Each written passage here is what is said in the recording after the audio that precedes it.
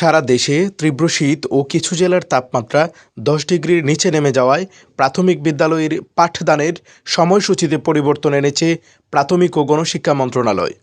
নতুন সিদ্ধান্ত অনুযায়ী চলমান শৈত্যপ্রবাহের কারণে সারা দেশে সব সরকারি প্রাথমিক বিদ্যালয়ে ক্লাস শুরু হবে সকাল 10টায়। আগামী 31শে জানুয়ারি পর্যন্ত এই নির্দেশনা বহাল থাকবে। এছাড়া যেসব জেলায় তাপমাত্রা 10 ডিগ্রি সেলসিয়াসের নিচে নামবে সেসব জেলার বিদ্যালয় বন্ধ রাখার নির্দেশনাও বহাল থাকবে। সোমবার মন্ত্রণালয়ের উপসচিব মোহাম্মদ কবির উদ্দিন স্বাক্ষরিত এক নির্দেশনায় এসব তথ্য জানানো হয়েছে। নির্দেশনায় বলা হয়েছে, সারা দেশে চলমান শৈত্যপ্রবাহের কারণে শিক্ষার্থীদের অসুবিধার কথা বিবেচনায় সকল সরকারি প্রাথমিক বিদ্যালয়ের পাঠদান কার্যক্রম আগামী 31শে জানুয়ারি পর্যন্ত সকাল 10টা থেকে শুরু হবে।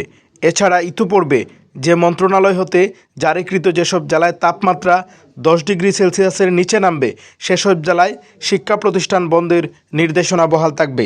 এদিকে তীব্র শীত ও তাপমাত্রা 10 ডিগ্রি সেলসিয়াসের নিচে নেমে যাওয়ায় দেশের বেশ কিছু জেলার প্রাথমিক ও মাধ্যমিক পর্যায়ের সকল শিক্ষা প্রতিষ্ঠান সোমবার বন্ধ ঘোষণা করা হয়েছে।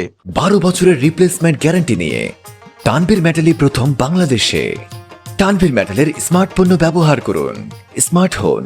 জেলাগুলোর মধ্যে রয়েছে বগুড়া, নওগাঁ, পাবনা, নাটোর, নীলফামারী ও লালমনিরহাট। আবহাওয়া অফিস জানিয়েছে, আগামী কয়েকদিন শীতের তীব্রতা আরও বাড়বে।